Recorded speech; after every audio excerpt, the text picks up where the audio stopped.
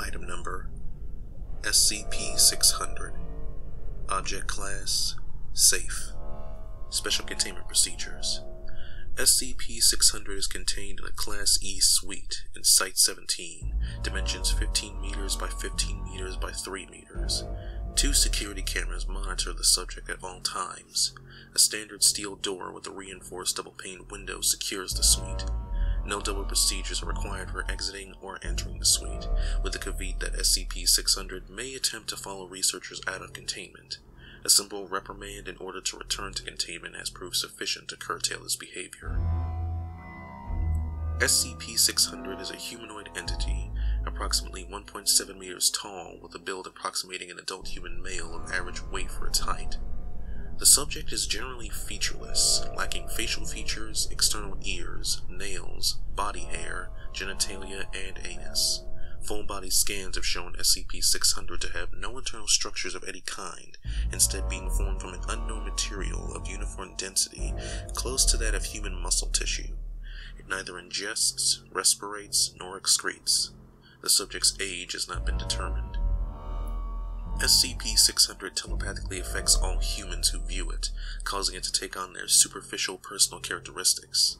This effect only alters the visual perception of affected persons. SCP-600's actual form can still be detected by cameras, sensors, and touch. The perceived resemblance between SCP-600 and an affected viewer is general and superficial. No viewers have found it to be notable or uncanny in any way. Characteristics imitated by the subject include, but are not limited to, hair color, skin color, eye color, approximate age, clothing style, and general physique.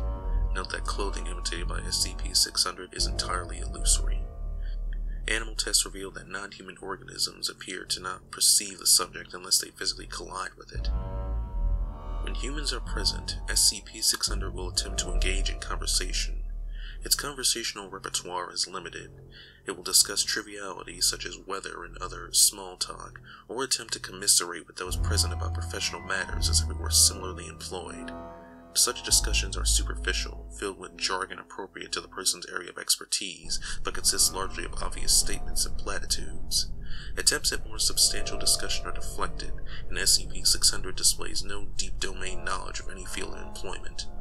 When not in the presence of humans, SCP-600 is generally inactive, standing in a single pose for hours or even days at a time without any apparent reaction to outside stimulus. The subject is generally cooperative, but displays an unsettling tendency to refer to itself in the third person when speaking to researchers assigned to it, frequently referring to the SCP-600 case.